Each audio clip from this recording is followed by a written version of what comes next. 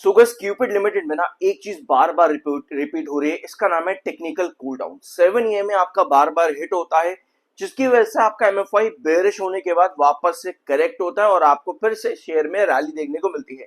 ये दो चीजें आपकी बार बार रिपीट हो रही हैं और अब 208 जो हम लोगों ने मैथमेटिकल प्रोग्रेशन के अकॉर्डिंग, जो आपके स्टॉक मार्केट में मैथमेटिक्स चलते हैं, उसके अकॉर्डिंग 208 भी ब्रेकआउट कर दिया है आज के सेशन में क्यूपिड लिमिटेड ने।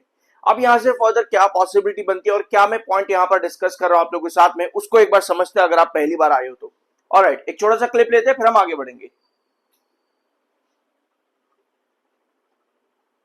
Give me 1 second. ये वाला क्लिप ना मेरे पिछले वीडियो का है जो मैंने लास्ट थर्सडे के दिन आप लोगों के साथ डिस्कस किया था।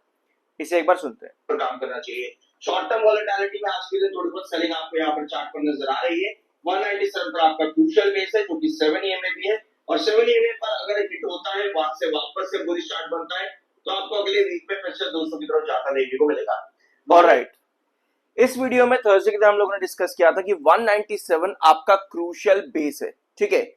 यहां पर 7 EMA भी है, 7 EMA वापस आपका हिट होता है तो अगले वीक यानी कि इस हफ्ते आपको 200 देखने को मिलेगा। अब 200 क्या, 200 भी ब्रेकआउट हो चुका है आज के सेशन में और एक बढ़िया सा ब्रेकआउट क्यूपिड लिमिटेड ने दे दिया है। ऑल्दो अगर आप डाटा देखोगे एनएससी और एनएससी के डाटा पे तो आपको नजर आएगा कि लगभग पिछले पूरे एक हफ्ते से आपके पास बहुत सारे बार्स यहाँ पर लगातार बन रहे हैं। 1,48,17,495 इस समय बार है और सिर्फ ओनली 14,41,000 सेलर है। तो बायर और सेलर के बीच का जो डिफरेंस है वहां पर बायर अभी भी मेजॉरिटी में देखने को मिल रहा है, जिसका इंपैक्ट बार बार क्यूपिड लिमिटेड के 7 EMA पर देखने को मिलता है ना पॉजिटिव डायरेक्शन। अभी भी लॉन्ग टर्म ASM1 के अंदर है, मैंने आपको प्रॉपर तरीके से बताया हुआ है कि लॉन्ग टर्म ASM1 या शॉर्ट टर्म ASM1 क्या होता है, तो प्लीज जाकर के प्रीवियस वीडियोस देखना, आपको बहुत डिटेल में मिल जाएगा। 76.4 पर आपका एमएफआई है, 88.7 पर आपका आरसी है। ये चीज बहुत ध्यान से नोट करना क्योंकि आपके 90s के एमएफआई को पहले ही ये कूल डाउन कर चुका था 60s तक। लास्ट फ्राइडे तक भी आपके ये टेक्निकल्स 80s पर आ गए थे, लेकिन छोटी मोटी करेक्शन के अंदर भी आपके टेक्निकल्स बार बार कूल डाउन हो जाते हैं, यानी 90s और 80s से 70s के अंदर आते हैं, जिसकी वजह से मोमेंटम बार बार कैरी करता है क्यूपिड लिमिटेड के अंदर और 7 EMA यहाँ पर बहुत जल्दी हिट होता है। एक बार मैं आपको बता देता हूँ 7 EMA क्या है आपका। ये है क्यूपिड लिमिटेड का 7 EMA।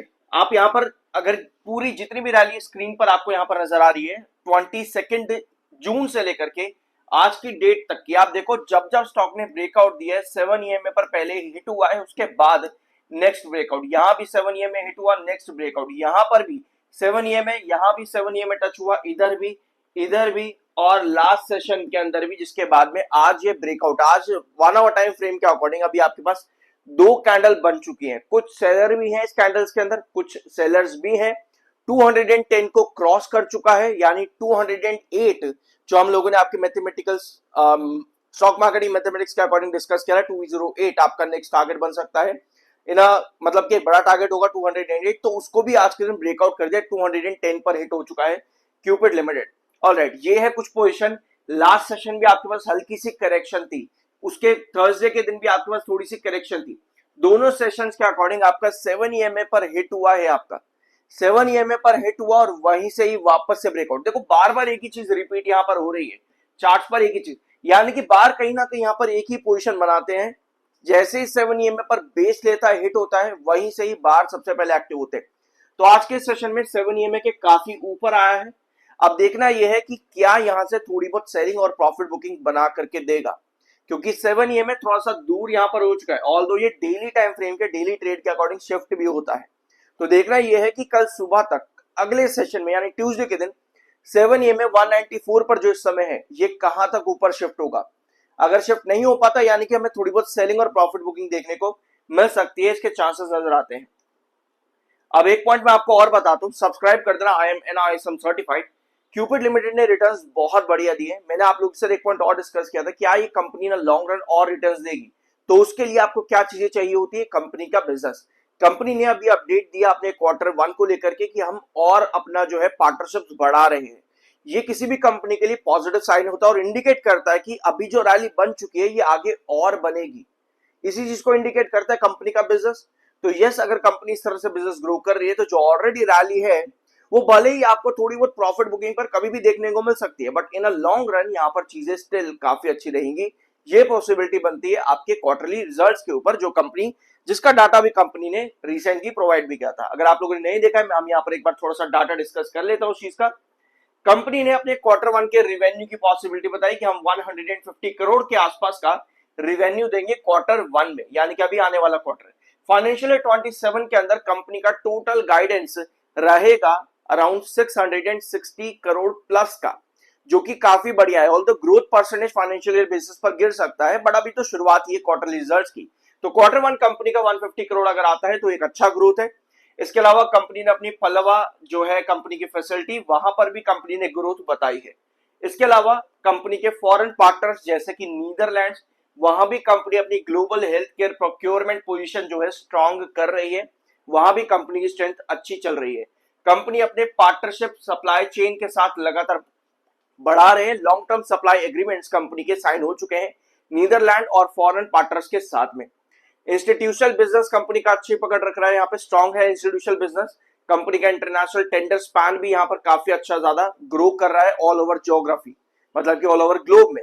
इसके अलावा कंपनी के एमसीएफसी बिजनेसेस में कहां तक कितना ग्रोथ है, कस्टमर एक्विजिशन कंपनी कितना कर रही है, वाइड मार्केट रीच, इस सब के बारे में कंपनी ने अपने इस पूरे डाटा के अंदर बता दिया है, जो कंपनी का फाइनेंशियल ईयर 27 की क्वार्टर वन से ग्रोथ कंपनी कर रही है। ऑलराइट, तो ये सब चीजें पॉजिटिव इंडिकेशन देती है क्यूपिड लिमिटेड के लिए। अपार्ट फ्रॉम दिस, एक चीज आपको हमेशा ध्यान में रखनी चाहिए, किसी भी कंपनी में आप इन्वेस्ट कर रहे हो या इन्वेस्ट करने की सोच रहे हो, वो किस तरह से आगे रिटर्न दे सकती है इन अ लॉन्ग रन, वो चीजें आपको बताती हैं कंपनी का ये ग्रोथ परसेंटेज। आप क्या करो, आप स्क्रीनर पर आओ, स्क्रीनर पर आओगे, आपको यहाँ सेल्स नजर आएगा। सेल्स पे आप क्लिक करोगे, year on year sales growth percentage आपका निकल जाता है।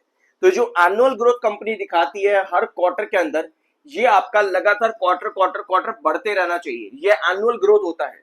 ये क्वार्टर क्वार्टर क्वार्टर बढ़ते रहना चाहिए। अगर कंपनी इसी तरह से अपना ग्रोथ करती है, तो जो आपकी रैलीज कई बार एग्जॉस्टेड लगती है कि भैया यहां से तो कहानी खत्म हो जाएगी, पूरी की पूरी सेलिंग आएगी, रिटेलर को फंसा दिया जाएगा, तो वो चीजें कहीं ना कहीं ऐसा नहीं होता, वो चीजें कहीं ना कहीं मार्केट में से एलिमिनेट हो जाती हैं अगर कंपनी इस तरह से लगातार ग्रोथ बना करके चल रही है। तो यस, आई होप ये पॉइंट आप यहां पर समझ गए होंगे कि कंपनी का ग्रोथ लगातार एक्सटेंड होना जरूरी है, ताकि जो रैलीज है जहां पर हम लोग कई बार सुनते हैं कि भैया अब रिटेलर को फंसा देंगे और यहाँ पर सेलिंग आएगी, वो चीजें मार्केट में से एलिमिनेट हो जाती है, यानी कि आप काफी ज्यादा पॉजिटिव ऑप्टिमिस्टिक और कंपनी की रैली भी काफी ज्यादा पॉजिटिव और ऑप्टिमिस्टिक हो जाती है, जो कि एक अच्छा साइन होता है किसी भी लॉन्ग टर्म इन्वेस्टमेंट के लिए। अगर ये पॉइंट समझ में आओ तो कमेंट बॉक्स में यस जरूर लिखना। इस वीडियो में कुछ नया जानने को मिला हो, सब्सक्राइब करते जरूर जाना। I am an certified. मिलता अगले वीडियो में।